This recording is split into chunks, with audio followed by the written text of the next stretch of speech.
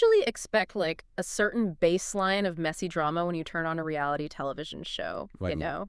a drink in the face, maybe. Exactly. You anticipate a tossed drink, a screaming match across a crowded, dimly lit restaurant, maybe an accusation thrown over a plate of goat cheese balls.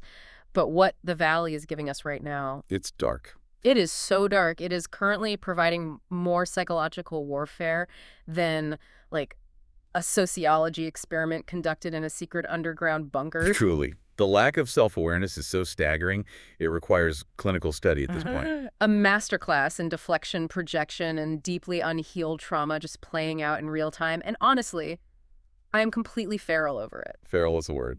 Babes, welcome back. We love you. We see you. And Diggs, we are so happy you're here. We really are. Even if we are currently emotionally traumatized by Bravo. I am spiraling. We watched the show and we are just spiraling. We have to discuss every single second of it because this level of chaos demands immediate, rigorous unpacking. But first, Snark Squad, you know we cannot wade into these murky waters without a beverage to anchor us. A very strong beverage. Very strong. Today's signature cocktail is on deck, and it is the Maple Whiskey Sour. Yeah. Oh, yes, babes. Yes. If there was ever a drink that screamed Canadian pride while simultaneously giving you, like, the alcoholic fortitude required to deal with reality TV trauma, this is absolutely it. It really is. It's got that severe bite of the whiskey, right? Right, and the sharp, waking tartness of the fresh lemon juice, and then that rich, dark, pure Canadian maple syrup just coating the throat. So cheers to us, and a massive, tearful toast to all the Canadian Snark Squad members listening right now. Cheers to the true north, strong and free, and cheers to whatever volume of alcohol is required to temporarily numb the acute psychic pain of watching Danny Bucco exist on television. Oh my gosh, I'll drink to that. The Maple Whiskey Sour is an objectively brilliant choice, by the way. It's structurally complex, it's deceptively sweet, and it possesses an unexpected kick, which, happens to be exactly the kind of nuance the entire cast of The Valley is severely lacking. Wow, dragging them before the ice even melts. I love it. Oh my gosh, thank you. I really needed a taste of home today. And babes, I have to get vulnerable with you all for a second before we get into the episode. Bring it in. Celebrating Canada Day away from home this year was unexpectedly, profoundly emotional. Like, way more emotional than I ever thought it could possibly be. It hits you out of nowhere, right? Completely out of nowhere. I woke up on July 1st, and it didn't feel like Canada Day. You know that specific electric energy in the air that a national holiday brings? Oh, absolutely. The routine is disrupted. Yes. You wake up, you expect the humidity to smell a certain way, you expect to hear the tragically hip blasting from a neighbor's backyard stereo, you expect to walk outside and see a sea of red and white t-shirts everywhere. But Instead, I looked out my window and it was just a regular, mundane Tuesday commute. People were carrying briefcases instead of coolers of beer. I actually felt a physical, hollow ache in my chest. well, what you experienced is the psychological displacement of routine. I mean, when your immediate physical environment completely fails to mirror your internal calendar, it creates massive cognitive So dissonance. it's cognitive dissonance, exactly. Your brain is anticipating a specific set of stimuli. You're waiting for that collective exhale, that shared permission to pause, but everyone around you is just stressed about their morning inbox. It is incredibly isolating. It is so isolating. And then, babes, the Instagram FOMO set in. Oh, the FOMO was aggressive. I can only imagine. I opened my phone looking for a distraction, and it was just an endless, mocking scroll of everyone's backyard barbecue spreads, the fireworks exploding over the lake, people wearing those cheesy, slightly peeling, temporary maple leaf tattoos. I was missing all the little micro-traditions so much. The specifics, yeah. Like the specific, unmistakable way a hot dog tastes when it's slightly burnt on a Canadian grill in the middle of July. So, of course, I called my family back home. Of course you did. Desperate for connection. Desperate. And just hearing the background noise filtering through the phone receiver, like the distinct clinking of ice and Caesar glasses, my uncle yelling about the propane levels, the dog barking at fireworks, it completely broke me. I was openly sobbing into my morning coffee. You really don't realize how deeply ingrained your Canadian identity is until you are forced to observe it from the outside. No, you do not. Distance has a fascinating way of magnifying nostalgia, When you are in the thick of it, Canada Day is often just a chaotic, long weekend where you get sunburned and stuck in highway traffic. Sweating in a lawn chair, yeah. Exactly. But removed from it, it metabolizes into this idealized utopian vision of home. But since we are sitting here spiraling into our patriotic feelings, let's unpack this academically. If we are putting our favorite Canadian exports on trial, I am prepared to aggressively defend my selections. Oh, consider the Great Canadian Debate officially open. Snark Squad, you know I am deeply, inherently passionate about my snacks. Oh, here we go. I will go to the Mac for the absolute, unquestionable superiority of Coffee Crisp. Do not even attempt to compare it to a Kit Kat. It is not the same genus or species. The aeration of the wafer is completely different. Exactly. The light vanilla wafer, the incredibly subtle roasted coffee flavor, the specific waxy yet melty texture of the chocolate coating. It is a spiritual experience that the rest of the globe is unjustly deprived of. It's a solid contender. And while we are in the snack aisle, we have to talk about the chip situation. Ketchup chips and all-dressed chips. The rest of the world is living in a tragic, flavorless void. How do people survive without the salty, aggressively vinegary, sugary tomato tang of a ketchup chip sticking to their fingers? The fact that all dressed chips have not yet achieved global culinary domination is a genuine tragedy. Yeah. I mean, it is the perfect chip because it is an exercise in excess. It's so much flavor. It is every major flavor profile: smoky barbecue, tangy ketchup, creamy sour cream and onion, and sharp salt and vinegar, existing in perfect, chaotic harmony. It shouldn't work, yet it does, much like a compelling reality TV cast. Oh, wow. That is a brilliant comparison. But I am going to elevate the debate beyond the snack aisle. The true spiritual and cultural epicenter of Canada is poutine. Oh, yes. But I specify genuine, authentic poutine from a slightly questionable, aluminum-sided roadside shack in rural Quebec. It has to look like it might give you food poisoning, but it doesn't. Precisely. The fries must be aggressively double-fried to withstand the moisture. The gravy must be scalding hot and deeply savory. And the cheese curds, this is the non-negotiable metric of authenticity, must physically squeak against your teeth when you bite into them. The squeak. If the curd does not squeak, it is fundamentally just cheese fries. And the establishment serving it to you should be deeply embarrassed. Yes. The squeak is the constitutional law of poutine. And pairing that massive carbohydrate load with a Caesar? Babes, a Bloody Mary could literally never. A Bloody Mary is basically just cold, metallic tomato soup, spiked with vodka. Thank you. A Caesar. Utilizing that clam-infused clamato juice, the celery salt rim, the heavy dash of Worcestershire sauce, the extreme garnishes that sometimes include entire sliders. It is not just a beverage.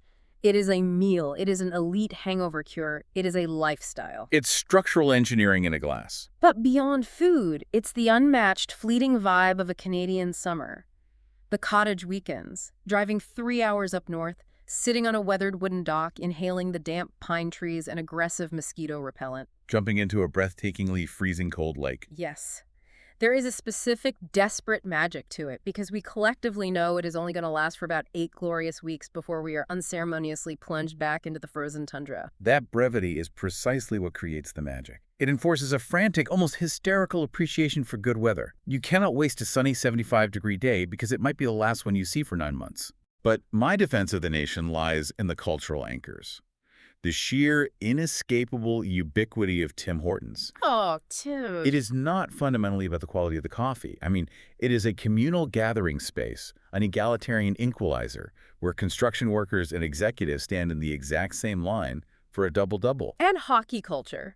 The sociological phenomenon of how an entire nation's collective mood can genuinely hinge on a sudden death playoff game. And let us briefly examine the deeply ingrained psychological quirk of saying sorry to inanimate objects. Oh my God, yes. You bump your hip into a table, you instinctively apologize to the table, and it's a fascinating mechanism of preemptive de-escalation. The genuine default friendliness of Canadians is a stark contrast to the vicious zero-sum behavior we subject ourselves to watching on Bravo. We preemptively apologize to maintain social harmony. They preemptively plot your demise to secure screen time. Precisely. It is so true. I bumped into my own refrigerator yesterday and apologized to it out loud. And babes, we cannot accurately talk about the safety net of Canada without mentioning universal health care. Oh, a vital talking point. Watching these Bravo shows, I am constantly, obsessively thinking about how much these specific casts desperately need our healthcare system just to cover the exorbitant cost of their therapy bills. The out-of-pocket deductible on Danny Bucco's required intensive behavioral therapy alone would be astronomically prohibitive. It would bankrupt an uninsured American citizen. Which brings us to the ultimate question. If you possess the authoritarian power to mandate the rest of the world to adopt one single Canadian thing, What is your official pitch? I am mandating the sorry reflex, the instinctual apology. Oh, interesting. Imagine for just a moment how much manufactured conflict on Bravo could be instantly resolved if these people simply possessed the neurological impulse to immediately apologize when they cause a minor inconvenience. Instead of doubling down. Instead of stubbornly doubling down and launching a retaliatory smear campaign, exactly. If Jax Taylor bumped into a table, he wouldn't apologize. He would aggressively accuse the table of secretly sleeping with his girlfriend, scream that the table was trying to ruin his family, and then storm out of the room demanding respect. I am screaming. Jax literally physically fighting a wooden table is the most accurate mental image I have had all week. A simple, reflexive sorry table would save the audience so much profound emotional exhaustion. Whoa. What is your mandate? Oh, this is incredibly easy. My mandate is the Caesar. I am legally mandating Caesars globally. Oh, the cocktail. Yes.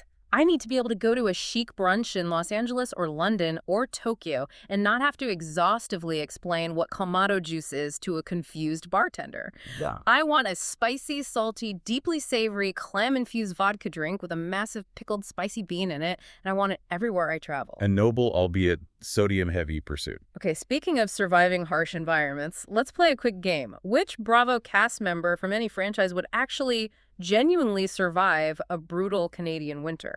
Oh, this is good. Like minus 30 degrees Celsius, snow piled up to your waist, having to wake up in the pitch dark to aggressively scrape the ice off your windshield at 6 a.m., who survives and who immediately flees to California forever at the very first flurry. The ultimate survivalist is Katie Maloney. Oh, absolutely. She possesses the dark, brooding, heavily fortified, internal fortitude required to withstand 6 relentless months of sunless, freezing misery. She would simply sit by a roaring fire, aggressively glare at the accumulating snow, and utterly thrive in the bleakness of it all. She has the emotional resilience of an industrial Canadian snowplow pushing through a blizzard. Katie would absolutely thrive in a chunky black turtleneck and a permanent scowl. She would embrace the darkness. Who is your flight risk? For me, the one who instantly, immediately flees is Jesse Lally from the Valley. Can you even begin to imagine Jesse dealing with a dirty, gray, slushy snowbank? He would short-circuit. He would step one pristine Gucci loafer into the slush puddle, instantly demand to speak to the manager of the weather, realize with horror that he cannot actually buy his way out of a localized blizzard, and immediately charter a private jet back to a heavily climate-controlled environment. He would attempt to aggressively network with a wild moose to secure a real estate listing and get absolutely physically destroyed in the process. Babes, I am crying. Networking with a moose. I can picture him handing it a glossy business card right before it charges him. It's inevitable. It's funny we're talking about the safety and comfort of Canadian politeness and universal health care because the cast of The Valley is currently operating in an environment entirely devoid of psychological safety. But, babes, enough about Canada. Let's head into the Valley, where somehow the drama is even colder than a Canadian January. A perfectly executed conceptual pivot. Let us descend without further delay into the abyss. Let's do it. We are officially recapping Season 3, Episode 14, Hips Don't Lie, and we have to start right where the absolute trauma trigger left off from last week. Let's unpack Janet's tears and Kristen the traitor. It was a rough open. We pick up exactly in the aftermath of the lunch from hell, with Janet having physically fled the table. She is pacing, literally crying on a phone to her husband, Jason. She was in distress. Audibly sobbing, saying, I can't keep doing this. And later in her confessional, she admits that Danny's highly erratic, deeply intoxicated behavior triggered unresolved feelings and severe past trauma for her. And Snark Squad, I have to say right off the bat, I am getting genuinely, passionately emotional defending Janet here. Proceed. I know she is messy. I know she actively stirs the pot and gossips. But feeling profoundly triggered by a large, loud, erratic, physically imposing, drunk man who is incapable of modulating his volume is a universally terrifying experience for so many women. It is a deeply visceral, uncontrollable biological reaction. Let's break down the actual physiology of a trauma response, specifically what happens during an amygdala hijack. Please, because people don't get it. When someone is intoxicated to the point of losing their inhibitions, their spatial awareness, and their volume control, as Danny clearly was, they cease to be a predictable social entity and become a volatile, dangerous variable in the room. Yes. Your nervous system Specifically, the amygdala does not care that you are being paid to film a reality television show. It Yeah. does not care about the social contract of a brunch. It simply registers a massive, unpredictable physical threat. Exactly. It floods your body with cortisol and adrenaline, triggering a fight, flight, or freeze response. Janet chose flight.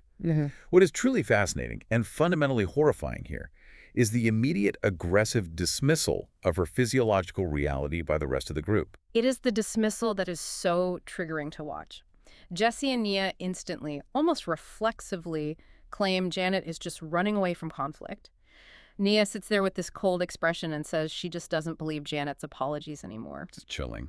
Babes, Janet didn't walk away to be dramatic or to win an argument. She had to physically walk away because her body was entirely rejecting the hostile environment.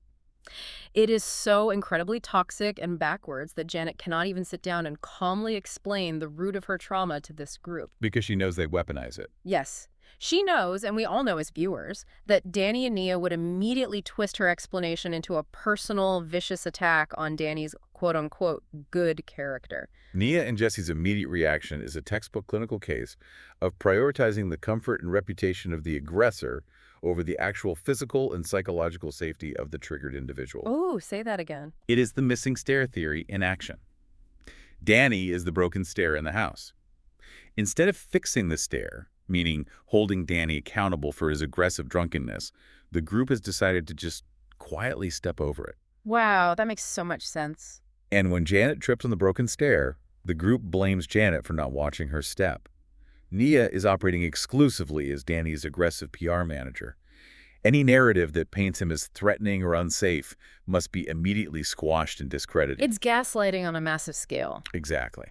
Forcing Janet to accept the fiction that Danny is just a fun, goofy guy who likes a few drinks is communal gaslighting. Okay, I hear your analysis on Nia, and it's brilliant, but I have to push back just a little bit here. Go ahead. Are we entirely sure Janet isn't weaponizing this just a tiny bit? I mean, she is incredibly calculating. Could she be using the very real concept of trauma as a get-out-of-jail-free card to avoid having to answer for her own mean girl behavior at that lunch? It is entirely possible for two things to be true simultaneously.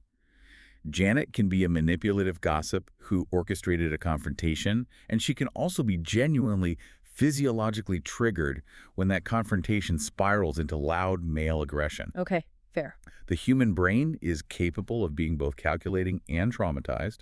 However, the group's refusal to even entertain the possibility of her trauma is where the toxicity lies. That makes total sense. Two things can be true. It is giving me actual hives just thinking about sitting at that table. And then, as if the tension wasn't high enough, we pivot to the betrayal at the suite. The tactical disaster. Oh my gosh. Janet and Michelle retreat to the girls' hotel room to decompress, and they finally reveal to Brittany, Jasmine, and Zack what Kristen actually did at that lunch. Kristen literally diverted the heat from Danny's obvious drinking problem by saying, well, if we're going to talk about people's drinking, we should probably start with Brittany, Jasmine, and Zack. Unbelievable. Babes, I'm spiraling over how utterly, completely foul this is. It is the equivalent of dropping a tactical nuclear weapon on your own allied forces. Kristen attempted a rhetorical pivot, a very sloppily executed whataboutism. Very sloppy. The goal is to deflect criticism by pointing out a flaw in the opponent. But Kristen executed it with the grace and precision of a heavily intoxicated elephant. Instead of neutralizing the conversation about Danny, she essentially offered up the only people in the cast who actively defend her as acceptable collateral damage. Jasmine's read on the entire situation was completely 100% accurate. Jasmine looks genuinely disgusted and says, Kristen doesn't even hang out with Nia, they are not friends. And she is entirely right. She's playing a very strange game. Kristen is playing this bizarre, multi-level game of reality TV chess, but she is willingly sacrificing her actual loyal knights and bishops just to protect a pawn she doesn't even genuinely like. Because she wants to sit at the popular table. Yes. I was scrolling through the live discussion threads, and the sentiment across the Snark Squad is completely unanimous. Watching Brittany physically cry over this realization is heartbreaking. Brittany considers Kristen her absolute number one. She defended her against her own husband. She defended her against Jax, against the entire group. And Kristen just tossed her squarely under the heavy wheels of the party bus without a second thought. Kristen does not operate on a standard emotional baseline. She operates on a baseline of perpetual chaos. She does not form allegiances based on deep loyalty. She forms them based entirely on her proximity to the current loudest conflict. Which is terrifying for her friends. To understand this betrayal, we have to look at the psychology of her relationship with Naya. Kristen deeply envies Nia's ability to maintain a pristine, socially acceptable facade. Remember earlier in the season when Kristen explicitly stated she views Nia and Danny as ultimate role models? Yes, which is so Delulu. Kristen, someone who is famously emotionally dysregulated, looks at Nia repressing her rage behind a pageant smile and thinks, wow, that is the ultimate gall.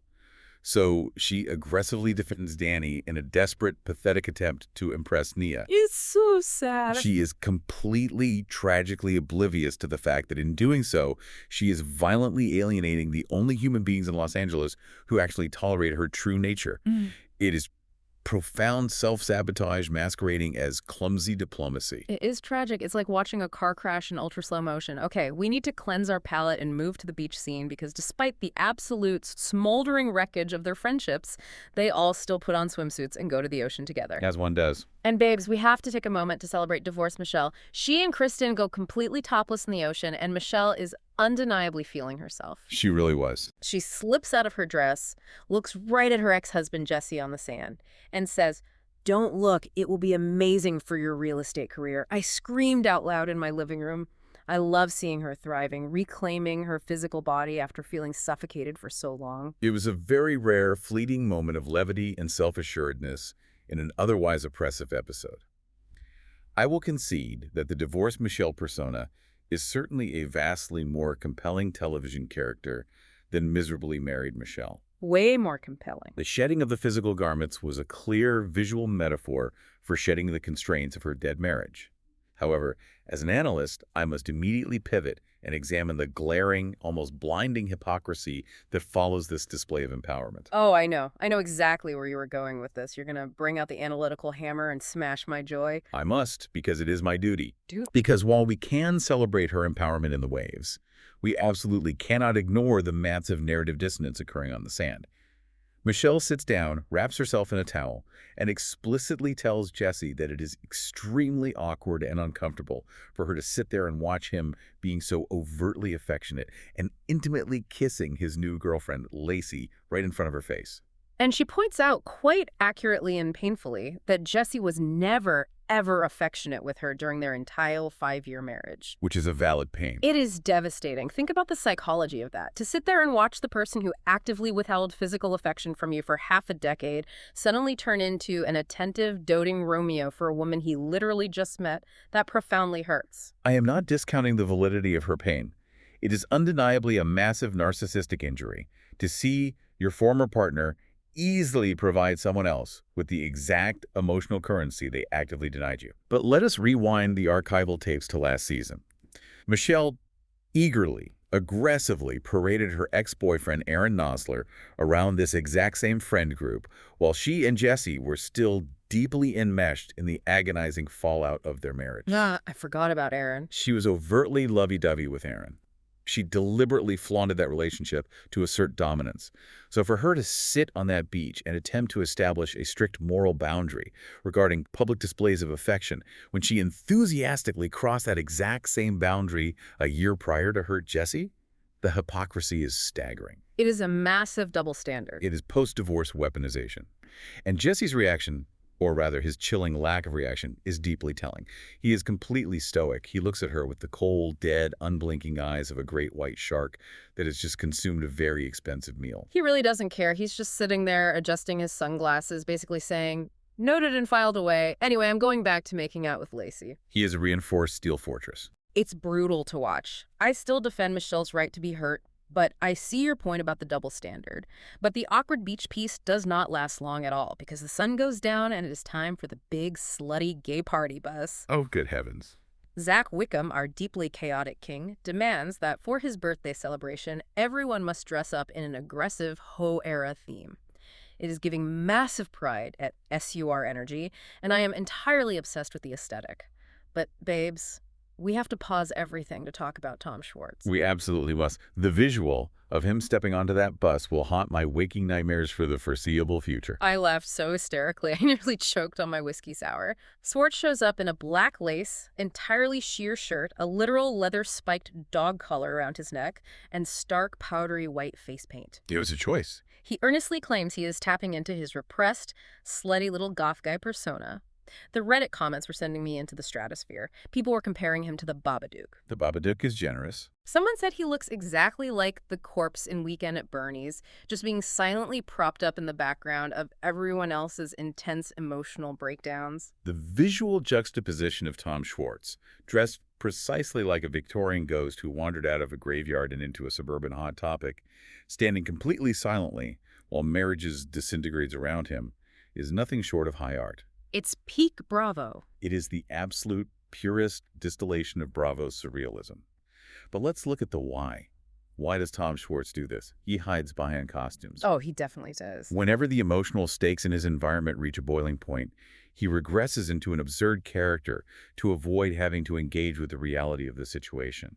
He fully committed to a bizarre theme that absolutely no one else understood, and then he simply faded into the neon background like a sleep paralysis demon observing a disaster. A sleep paralysis demon, yes. He is literally just a prop observing the chaos. And meanwhile, Jasmine and Melissa are running around decorating the interior of this bus with massive pride flags and literal suction cup window dildos. As one does for a birthday. It is peak, messy, unhinged, gay birthday energy, and I love it. But the fun stops immediately. The music basically cuts out because it is time for the apology tour. Brittany starts aggressively screaming at Jesse.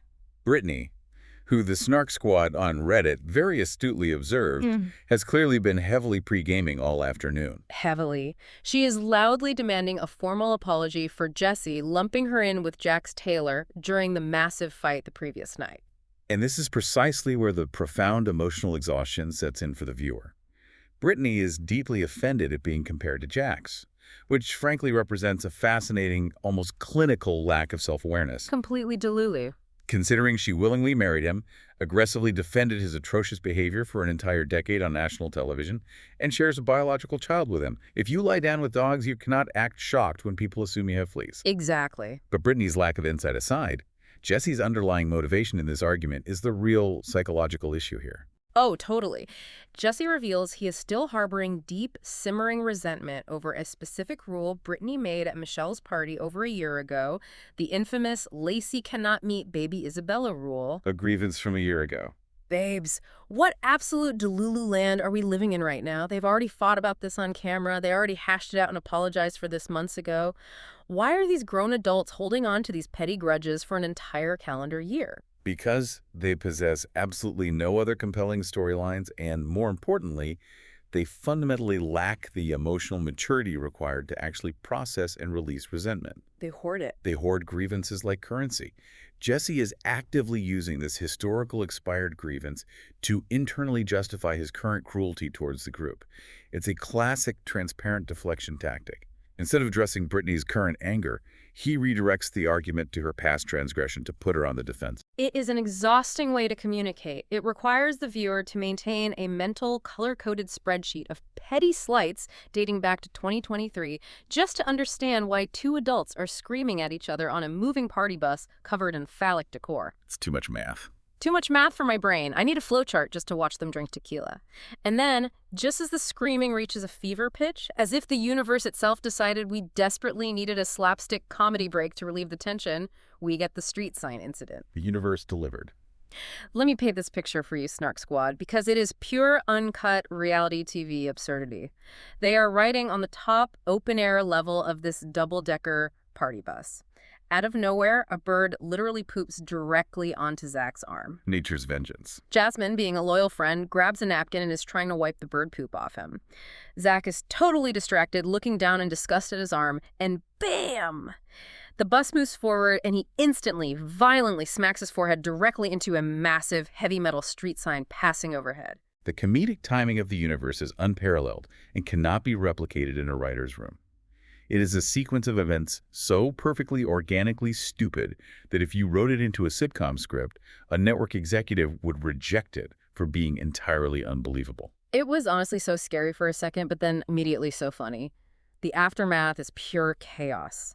Zack is bleeding profusely from his forehead. He's sitting on the sticky floor of the bus with a bloody towel wrapped around his head, looking completely dazed. And demanding they go rally. Yes. They realize they have to rush him to the nearest ER with his boyfriend Benji to get stitches.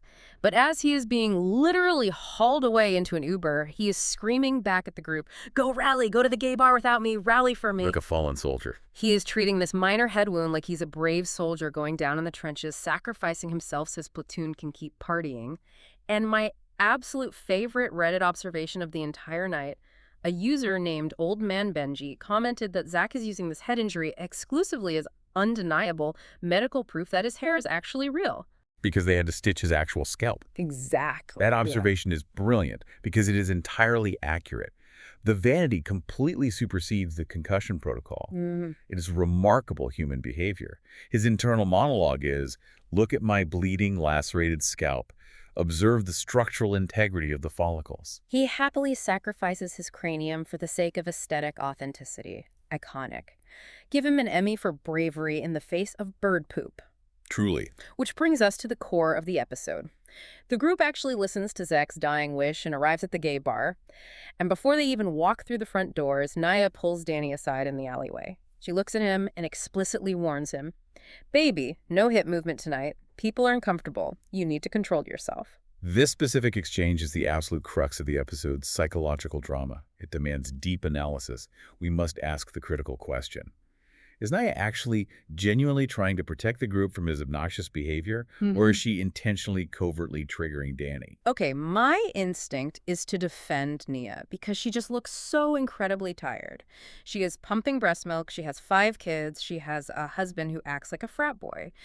Isn't it possible she is just genuinely trying to preemptively manage a disaster because she knows how handsy he gets? You are being blinded by the maternal halo effect. Look closely at her specific choice of words and her tone. Okay. She doesn't say, I am embarrassed when you dance. She uses the word uncomfortable. She explicitly tells him that other people, the abstract group, are uncomfortable. This is masterclass in blame shifting and triangulation. Wow. She personally does not like his dancing. She finds it deeply humiliating. But instead of taking ownership of her boundary and saying, Danny, I do not like it when you act like this, she delegates the disapproval to the amorphous, undefined group. Because she knows how he'll react. Exactly. Because she knows Danny's psychological profile. She knows he has a severe oppositional defiance streak when he consumes alcohol. By telling him that the group is actively trying to control his body and suppress his fun, she practically guarantees that his fragile ego will force him to rebel. She's lighting the fuse. She is lighting the fuse. Thus, he makes a fool of himself and looks like the villain, and she remains the long-suffering, endlessly patient, saintly wife trying to manage him. It is brilliant, covert sabotage. Wow. Okay, Yeah. when you lay it out like that, detailing the triangulation, you just blew my mind. She is totally pulling the strings from the shadows, and it works perfectly flawlessly because Danny spends the entire rest of the night having a massive, deeply embarrassing toddler tantrum. A literal tantrum. He wanders around the neon-lit club, completely spiraling, and he keeps slurring and mispronouncing the word uncomfortable. Uncomfortable! He separates the syllables over and over again like he's trying to solve a riddle. He is marinating in his own perceived victimization. He is slurring. He is sweating profusely, and he angrily corners Jesse and tells him, if I do it, if I dance, every woman in our group is triggered. He is building a cross to nail himself to on the dance floor. Yeah. He fundamentally cannot fathom or refuses to accept that his actions have negative real-world consequences. So, to protect his ego, he reduces legitimate, valid concerns about his aggressive, physical, handsy drunkenness to people just being overly sensitive or triggered by his superior dance moves. His superior dance moves, which is objectively hilarious because his dancing is phenomenally awful. He has no rhythm. It's catastrophic. We get the horrific Magic Mike moment on the club balcony. Jesse, Luke, and Danny decide to do this synchronized, seductive, hip-thrusting dance for the crowd below. Babes, let me be clear. It was not seductive. It was purely unfiltered cringe. An unprovoked assault on rhythm. I felt like I was watching my middle-aged uncles aggressively trying to reclaim their youth at a wedding reception after 4 too many tequila shots. It was physically painful to observe. It was a complete and utter absence of kinetic grace. There was absolutely nothing sexual or alluring about it. It was just orthopedically confusing to watch. Orthopedically confusing, yes. But what that specific dance sequence truly highlights is Danny's gross, juvenile tit-for-tat mentality. Because right after his tragic, sweaty display, Michelle decides to let loose and dance on top of the bar, Coyote Ugly style. Yeah. And what does Danny immediately do? He immediately starts whining like a grounded teenager. He aggressively points at her on the bar and yells to anyone who will listen, "She's making me feel uncomfortable right now. I feel uncomfortable watching that." It is the exact logical framework of a defiant 5-year-old child. Literally. If I am in trouble for doing a thing, I must immediately get someone else in trouble for doing a vaguely similar thing. He lacks the fundamental cognitive flexibility to understand nuance. He cannot comprehend that a single woman dancing by herself on top of a bar is fundamentally energetically different from a large, highly intoxicated man aggressively and repeatedly invading the physical space of women who have explicitly asked him to stop. They are not the same thing at all. He weaponizes the therapeutic vocabulary of the group's boundaries, using the word uncomfortable, specifically to mock and belittle them. It is deeply toxic, deeply misogynistic behavior disguised as a joke. It is so gross and so transparent. But thankfully, the dark, oppressive energy of Danny's spiral is broken by the dramatic return of the king. Zack Wickham arrives back at the club from the hospital. A triumphant return. Babes, he walks through those doors wearing a massive, thick, white medical chin wrap. The bandage goes all the way around his entire head and under his chin. He looks exactly like he is recovering from an incredibly aggressive full-face lift in Beverly Hills Clinic. The visual is incredible. And what does he do? He doesn't go home to ice his throbbing head. He immediately hits the dance floor. He is bumping and grinding with the Go-Go Boys in full medical gauze. I am officially declaring him the absolute undisputed hero of the episode. He fundamentally understood the assignment of his chosen profession. Reality television requires an unnatural level of resilience. You take a heavy metal street sign to the dome, you get medically sutured by a foreign doctor, you immediately return to the active set to finish your shift. He is a professional. He single-handedly saved the suffocating third act of this episode with his sheer bandage-wrapped commitment to a good time. He really did. He gave us the camp we needed. But unfortunately, we couldn't escape the darkness for long. We have to discuss the end of the night. Snark Squad, this was the final boss of Toxic Husbands. Discussing this scene actually makes my chest feel tight and claustrophobic. It was incredibly difficult to watch. They all eventually pile into this one tiny, cramped Sprinter van to go back to the hotel. It is well after midnight, which means it is officially technically Danny's birthday. And Danny is lying completely horizontal, taking up the entire back seat of the van, aggressively refusing to move his legs for anyone trying to get in. He is physically manifesting his desperate desire to dominate the shared space. When a man feels emotionally out of control, he often attempts to exert extreme physical control over his environment. It is a territorial, animalistic display of petulance. Nia, who is just exhausted and trying to find a place to sit down in this moving vehicle, gently asks him to please bend his knees so she can squeeze in, and Danny absolutely snaps. The mask slips entirely. The mask completely falls off. He snarls at her with genuine malice in his voice, "Do not dig your fingernails in my frickin' stomach." Then he turns his head and mutters with such disgust, "I can't deal with this frickin' crap, dude." Babes, I spiraled when I heard that audio. It was vile. If he is speaking to the mother of his 5 children with that specific level of venom, that sheer emotional abusiveness and unfiltered nastiness on camera in a brightly lit van full of their friends and a production crew, wait, I mean, what on earth is happening behind closed doors when they are alone? That is the truly terrifying, lingering question of the season. As you said, the carefully constructed mask slipped entirely off his face. This wasn't just a brief, drunken outburst. This was deep-seated, simmering, foundational resentment violently bubbling to the surface. It's foundational. It's not just the alcohol. It connects perfectly to the Reddit consensus you mentioned earlier. A user named FirstPancake74 astutely noted that Danny is giving megachurch prosperity gospel scam pastor vibes, and it is a painfully accurate psychological profile. Scam pastor vibes, yes. He aggressively projects this heavily curated image to the public of the perfect, faithful, divinely blessed family man. But underneath that shiny veneer, there is a profound, rotting misery. He clearly hates his life. He resents all of it. He deeply resents the financial and social constraints of his marriage and his 5 children, and he acts like a petulant, spoiled 5th child himself. He desperately wants the adulation, the respect, and the authority of the pastorate without having to bear any of the actual heavy moral responsibility or self-sacrifice. It is chilling to watch. Jasmine's confessional entirely nailed the dynamic when she bluntly said Nia is basically raising a fifth child.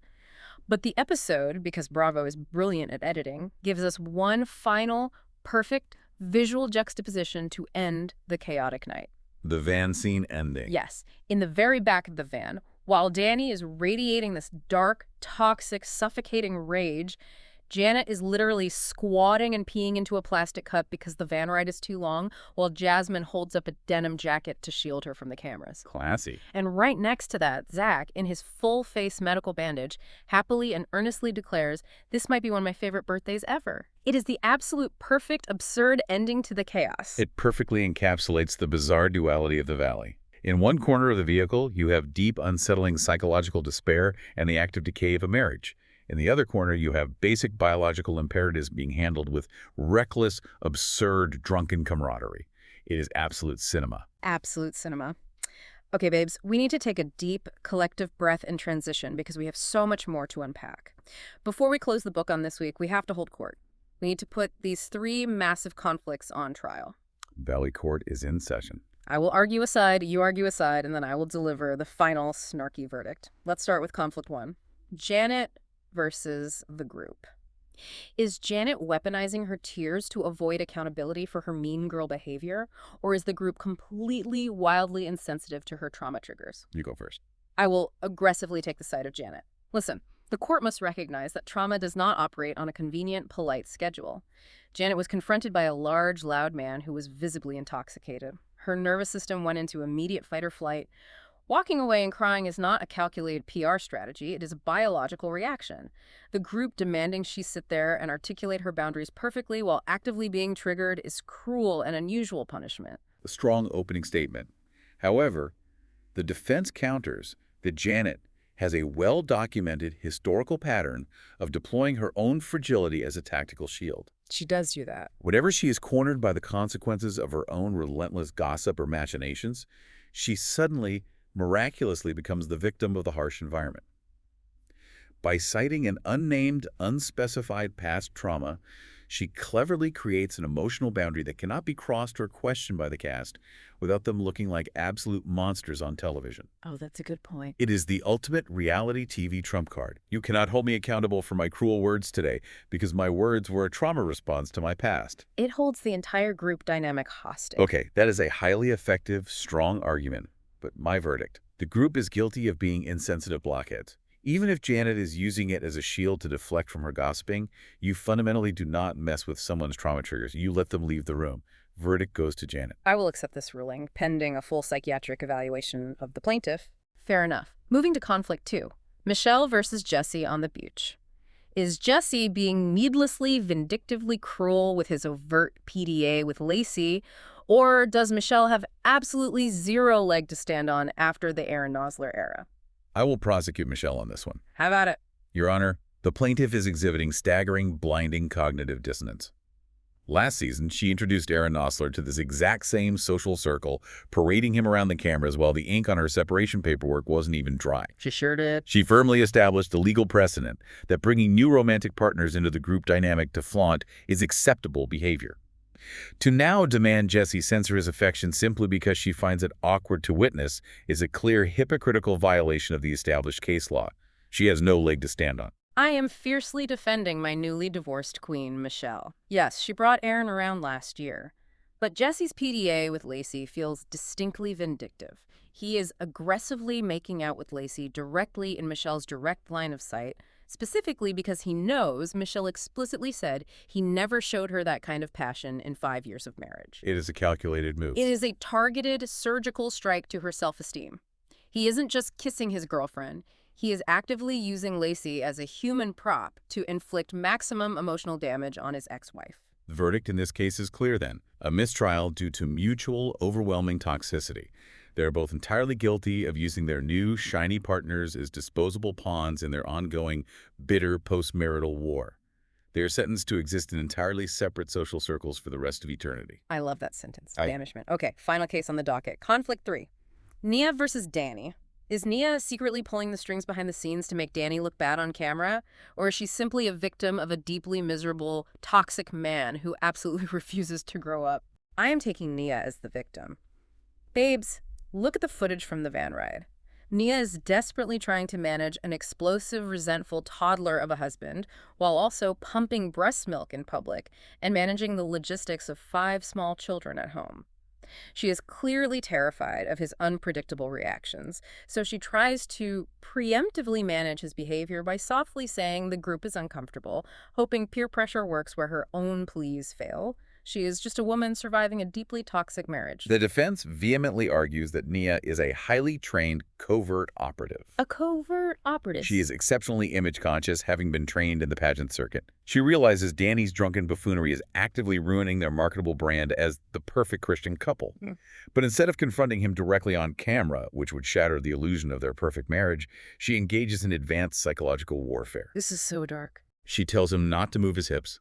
She tells him people are triggered. She knows with absolute certainty that these specific controlling phrases will infuriate him, causing him to act out publicly. This brilliant maneuver allows her to remain the saintly, long-suffering wife in the eyes of the audience, while the rest of the group does the dirty work of condemning him.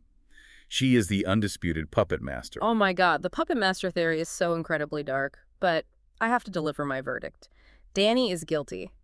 Even if Nia is pulling strings and trying to manipulate him, a grown adult man in his 40s is ultimately responsible for his own actions, his own cruel words, and his own awkward hips. Throw away the key on Danny Bucco. A just and necessary ruling. Watching these people navigate conflict is genuinely exhausting, which means living as these people must be entirely unbearable. Let's talk interventions. Who desperately needs to log off, pack a bag, and take a vacation to touch grass? Who is your first pick to send away? My pick is, unsurprisingly, Danny, but I'm not sending him on a fun, relaxing vacation. Oh, no. No. He needs to be immediately sent to an extended, profoundly silent meditation retreat in a remote, austere environment, perhaps the top of a mountain. Absolutely no alcohol, no cameras, no cell service, and crucially, no enablers to laugh at his jokes. He would lose his mind. He requires intense cognitive behavioral therapy and a complete systemic dopamine detox. He needs to sit in total silence with his own dark thoughts until he finally realizes that he is the sole architect of his own misery, not the women around him. Wow. A mandatory silent retreat for Danny Bucco sounds like the premise of an actual psychological horror movie, but I agree he desperately needs it. My pick for an intervention is Kristen. Send her far away. I am sending Kristen on a solo, hyper-luxury beach vacation with very strict, legally binding instructions that she is not allowed to speak to, look at, or advocate for any men. She needs a massive vacation from constantly acting as the unpaid, unhinged PR representative for terrible guys. She's working overtime for no salary. She is effectively ruining her actual foundational friendships with Jasmine and Zack and Brittany just to blindly defend Danny. She needs to sit alone on a beach, drink a strong margarita, and learn how to fundamentally mind her own business. Asking Kristen Dowd to mind her own business is an impossible Herculean task, but a necessary prescription nonetheless. For our collaborative third pick, we have selected Jessie Lally. Yes, we are sending Jesse on a heavily supervised solo trip to a rustic vineyard. Just him, several expensive bottles of wine, and a leather-bound journal. To do what?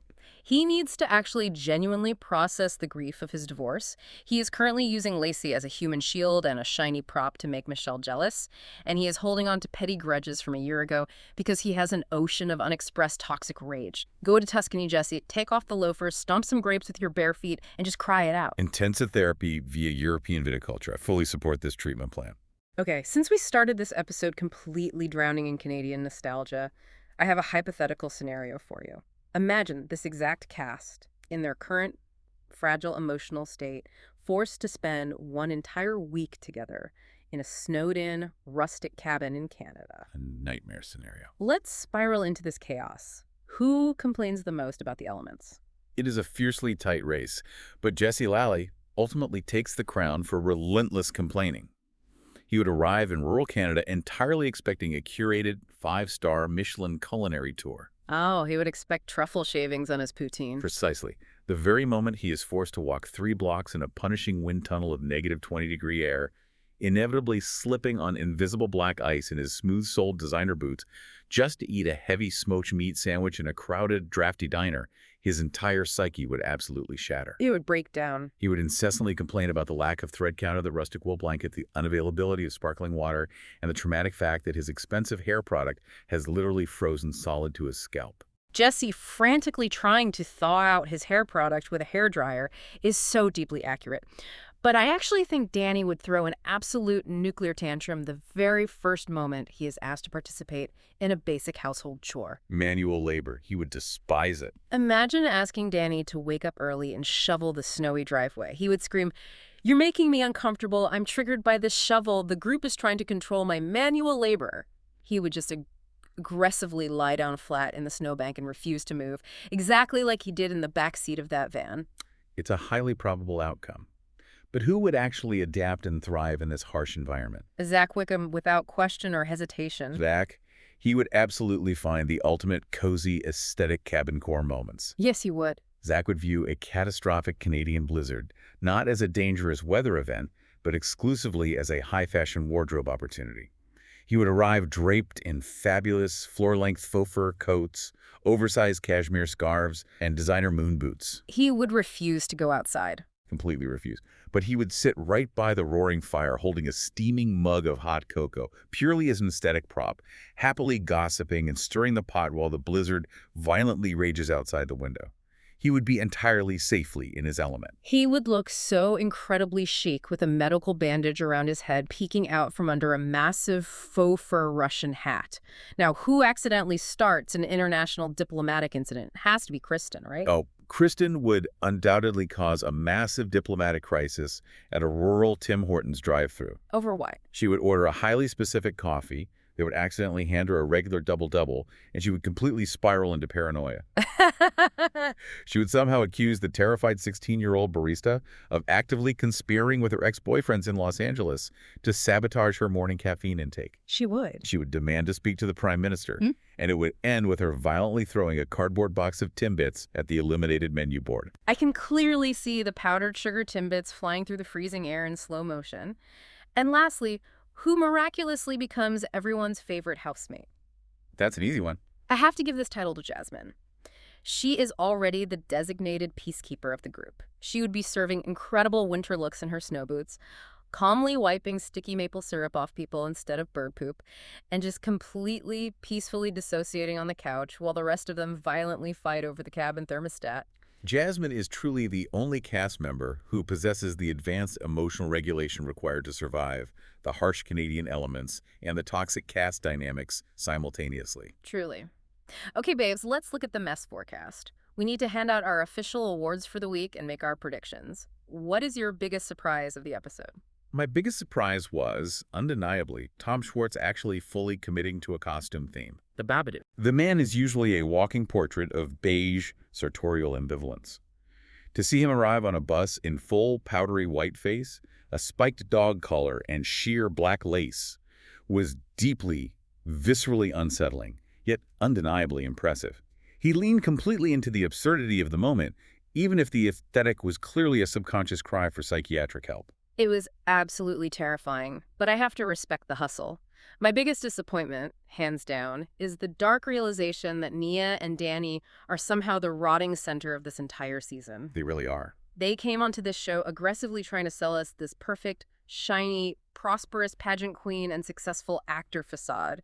And to see it completely, systematically destroyed week after week, to realize that they are actually the most toxic, dysfunctional dynamic in the entire group is such a massive letdown. It shatters the illusion. I really wanted to root for them, and now I just want to orchestrate a rescue mission for Nia.